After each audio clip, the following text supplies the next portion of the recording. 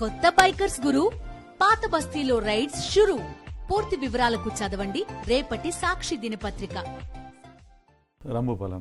రాంభూపాల్ గారు చెప్పండి, చంద్రబాబు గారు నోట పచ్చి నిజాలంట, మరి ఆ పవన్ కళ్యాణ్ గారి పాశ్చిత్త దీక్ష అంట, మరి వీటన్నిటి మీద మీకేమనిపిస్తోంది? ఈ రకంగా దుర్మార్గపు రాజకీయాన్ని, చివరికి భగవంతుడిని సైతం వదలని అబద్ధాల ప్రచారాన్ని మీరు విశ్వసిస్తారా? ముందుగా మీకు అక్కడ ఉన్నటువంటి తిలక్ గారికి, ప్రకాష్ రెడ్డి గారికి ధన్యవాదాలు.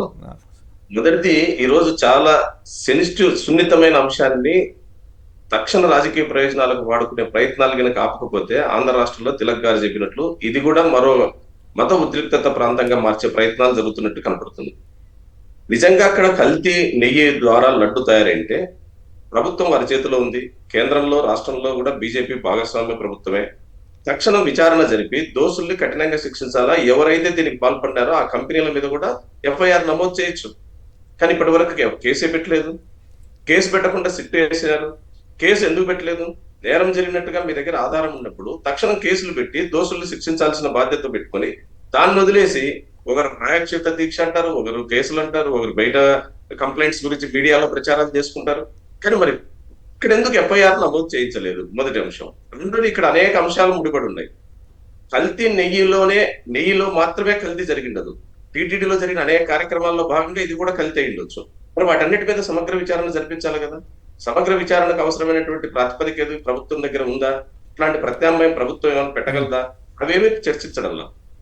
ఇక్కడ ప్రతిరోజు 15,000 కేజీల నెయ్యితో లడ్లు, ప్రసాదాలు తయారవుతున్నాయి.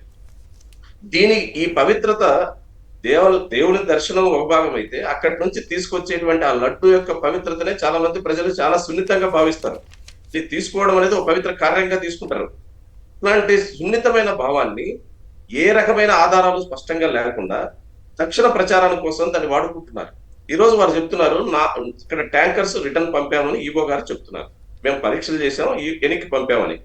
లేదు, వెనక్కి పంపకుండా అనేతోనే చేశారు అనేది ముఖ్యమంత్రి గారి దగ్గర అంత బలంగా ఉంటే ఈవో చేసిన దాని మీద ఎందుకు చర్య తీసుకోకూడదు? ఈవో అబద్ధం చెప్పాడా, లేదా ముఖ్యమంత్రి అబద్ధం చెప్తున్నాడా? ఏదో ఒకటి తేల్చాల. ఇది ఒక రోజు కాదు సార్. మనం టీటీడీ బోర్డు ఏర్పడినప్పటి నుంచి ఒక సిస్టమ్ ఉంది. నాకు తెలిసినంత మేరకు అక్కడ ఉండే ఉద్యోగుల సంఘాలు మాకు సంబంధించిన వాళ్ళు చాలా మంది నాయకులుగా ఉంటున్నారు. నాకు వారు చెప్పిన సమాచారం ప్రకారం, లేదా నేను చూసిన దాని ప్రకారం 7-8 దశల్లో ఎంక్వైరీ జరుగుతుంది. ప్రతి అంశాన్ని, అది నెయ్యి కావచ్చు, గోడంబి కావచ్చు, ద్రాక్ష కావచ్చు, అక్కడ ఫుడ్ ఐటమ్స్ కావచ్చు, ప్రతిదీ 7-8 దశల్లో ఎంక్వైరీలు, తనిఖీలు చేస్తారు. వాటన్నిటిని ల్యాబుల్లో పరీక్ష చేస్తారు. ఫైనల్ గా దాని వాడకం అనేది ప్రారంభిస్తారు. ఇప్పుడు ఇక్కడ సప్లై చేస్తున్నటువంటి 15,000 కేజీల నెయ్యికి సంబంధించి ప్రతిరోజు సప్లై చేస్తున్న వాళ్ళు 8 సప్లైర్స్ ఉన్నారు. ఈ 8లో ఏఆర్, ఇప్పుడు ఏదైతే వివాదాస్పదంగా 4 లారీల్లో కల్తీ జరిగిందని చెప్తున్నారో ఆ ఏఆర్ సప్లైర్ ఒకరు. ఆ ఒక్క సప్లైర్ సప్లై చేసినటువంటి కల్తీ నెయ్యిని తనిఖీ చేయించింది ల్యాబ్లు ఎక్కడ? గుజరాత్ లో. ఆంధ్రప్రదేశ్ లో చాలా ల్యాబ్లు ఉన్నాయి, ఉమ్మడి ఆంధ్రప్రదేశ్ లో ల్యాబ్లు ఉన్నాయి. అదేవిధంగా పక్కన మద్రాస్ లో అథారిటేటివ్ ల్యాబ్ ఒకటి ఉంది. మరి ఇక్కడ కాకుండా ఈ 4 లారీల నెయ్యిని తనిఖీ చేయడానికి గుజరాత్ ను ఎందుకు ఎంపిక చేశారు? ఎవరు ఎంపిక చేశారు? గతం నుంచి గుజరాత్ లోనే ఎంపిక జరుగుతుందా, లేదు ఇక్కడ మద్రాస్ లో చేస్తున్నటువంటి ల్యాబ్ మీద మీకు ఎందుకు డౌట్ వచ్చింది? సాంప్రదాయం మద్రాస్ ల్యాబ్ నుంచే మనం సర్టిఫికేట్ తీసుకుంటున్నాం కదా.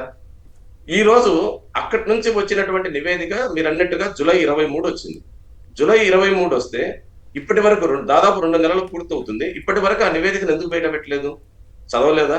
చదివినా కావాలనే సమయం కోసం ఎదురు చూశారా అనే అనుమానాలు సహజంగానే కలుగుతాయి. పోనీ జూలై 23 వచ్చినటువంటి నివేదికలో ఏ లారీల గురించి, ఏ క్వాంటిటీ గురించి అయితే వారు చెప్పారో ఆ క్వాంటిటీ వాడారా, వాడలేదా? ఆ నెయ్యిని ఉపయోగించారా, లేదా? ఈరోజు టీటీడీలో కేవలం సప్లై చేసే నెయ్యి మాత్రమే లేదు. అక్కడే ఓ శాల పెట్టి పెద్ద ఎత్తున ప్రతిరోజు 30 కేజీలు ఆరతి, దేవునికి ఆరతి ఇచ్చేటువంటి దానికోసం 30 కేజీలు తయారు చేస్తున్నారు. అదేవిధంగా అక్కడ వంటకు, ఇతరత్ర పూజకు నైవేద్యం పెట్టడానికి అనే పేరుతో మరో 30 కేజీలు సప్లై చేస్తున్నారు. అదంతా టీటీడీ తయారు చేసుకుంటుంది. ఇంకో 30 కేజీలు రాజస్థాన్ నుంచి నేరుగా భక్తుడు ఆయన ఇక్కడ నుంచి మన టీటీడీకి సప్లై చేస్తున్నాడు ప్రతిరోజు 10 లక్షల రూపాయలు ఖర్చు పెట్టి. అంటే ఇంకో 90 కేజీలు బయట నుంచి వస్తుంది. వీటన్నిటిని కూడా తనిఖీ చేస్తున్నారు. గతంలో చంద్రబాబు నాయుడు గారు ముఖ్యమంత్రిగా ఉన్నప్పుడు 14 లారీల్ని, 14 ట్యాంకర్లను రిటర్న్ పంపించింది టీటీడీ. ఇప్పుడు జగన్మోహన్ రెడ్డి గారు ఉన్న ఈ 5 సంవత్సరాల్లో ఆయన టైంలో కూడా 17 ట్యాంకర్స్ వెనక్కి పంపించారు. రికార్డెడ్ ఇదంతా. ఎవరో వ్యక్తులుగా మనం నోటికి వచ్చిన సంఖ్యలు చెప్పడం కాదు. అంటే దాని అర్థం ఏమిటి? తనిఖీలు నిరంతరం జరుగుతున్నాయి. ఆ తనిఖీల్లో కల్తీలు లేదా నాణ్యత ప్రమాణాలు లేనప్పుడు రిటర్న్ పంపడం అనేది గత అనేక సంవత్సరాలుగా జరుగుతున్న ఒక ప్రక్రియ. మరి ఇప్పుడు ఎందుకు వచ్చింది ఈ విషయం? ఇప్పుడు దీన్ని చంద్రబాబు నాయుడు గారు చెప్తున్నారు నాకు దేవుడే మాట్లాడించాడని. నేరుగా ఆయనకు అంత దేవునితో మాట్లాడేంత శక్తి ఉందని చెప్పేసి జనం భావించేంత అమాయకంగా ఎవరు ఉండరు. అదే విధంగా పవన్ కళ్యాణ్ గారు ఈ రోజు మాట్లాడుతున్న మాటలు ఎవరికి ఉపయోగపడతాయని ఆలోచించాలి. అక్కడ భక్తుల మనోభావాల్ని కాపాడేదానికి మీకు అధికారం ఉన్నప్పుడు దాన్ని ఉపయోగించి ప్రజల యొక్క భక్తుల మనోభావాల్ని కాపాడతారా, లేదు మత ఉద్రిక్తతల్ని పెంచి బీజేపీ మన్నన పొందడానికి మీరు ప్రయత్నాలు చేస్తున్నారు. ఈ రోజు పవన్ కళ్యాణ్ గారు చెప్పాలి. సనాతన హిందూ ధర్మం గురించి ఆయన మాట్లాడుతున్నాడు. దానికి ఒక బోర్డు ఏర్పాటు చేస్తారట. ఏమిటి సనాతన ధర్మం, హిందూ ధర్మం? అంబేద్కర్ గారు ఎప్పుడో చెప్పారు, అనేక నిపుణులు చెప్తున్నారు, పెరియార్ గారు చాలా స్పష్టంగా చెప్పారు సనాతన ధర్మం అంటే కుల వ్యవస్థ. మరి పవన్ కళ్యాణ్ గారు లేదా వారి పార్టీ కుల వ్యవస్థ ఇట్లే ఉండాలి, అనేక మంది కులాల అంతరాల మధ్యన అణిగిపోవాలని కోరుకుంటున్నాడా? చెప్పగలరు. కేవలం బీజేపీ పలుకుతుంది కాబట్టి ఆ పలుకులు నేను పలుకుతే బీజేపీ గూటి పక్షం అవుతాను అనుకుంటే మాత్రం అది ఆంధ్రప్రదేశ్ లో ఉండే ఐక్యత, ప్రజల మధ్య ఉండే ఐక్యతకు నష్టం జరుగుతుంది. ఈరోజు తిలక్ గారు చెప్తున్నారు చాలా క్లియర్. నిజంగా ఆంధ్ర ప్రజలు, ముఖ్యంగా ప్రజాతంత్రవాదులు ఆలోచించాలి సీరియస్ గా పవన్ కళ్యాణ్ గారి వ్యాఖ్యల మీద.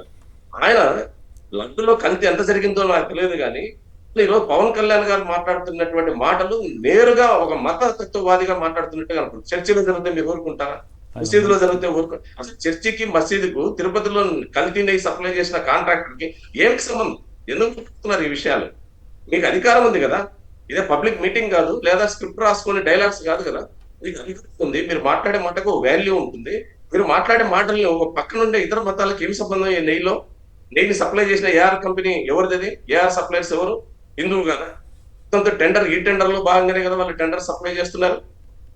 మరి ఈ జూలై 23 రిపోర్ట్ వస్తే ఎందుకు బయట పెట్టలేదని ముఖ్యమంత్రి అడగకుండా దానికి చర్చికి మసీదుకు లింకులు చేసి మాట్లాడటం అంటే ఏ రకమైనటువంటి లైన్ వైపు మీరు ఆంధ్ర ప్రజలు తీసుకోదలుచుకున్నారు? అంటే ఒక సున్నితమైన మత భావాల్ని మత రాజకీయాలకు వాడుకునేటువంటి ప్రయత్నాలు జరుగుతాయి. ఈరోజు మధ్యప్రదేశ్ భోపాల్లో ధర్నాలు చేసినారు. ఉత్తరప్రదేశ్ లో అయోధ్యలో అల్లర్లు జరుగుతున్నాయి.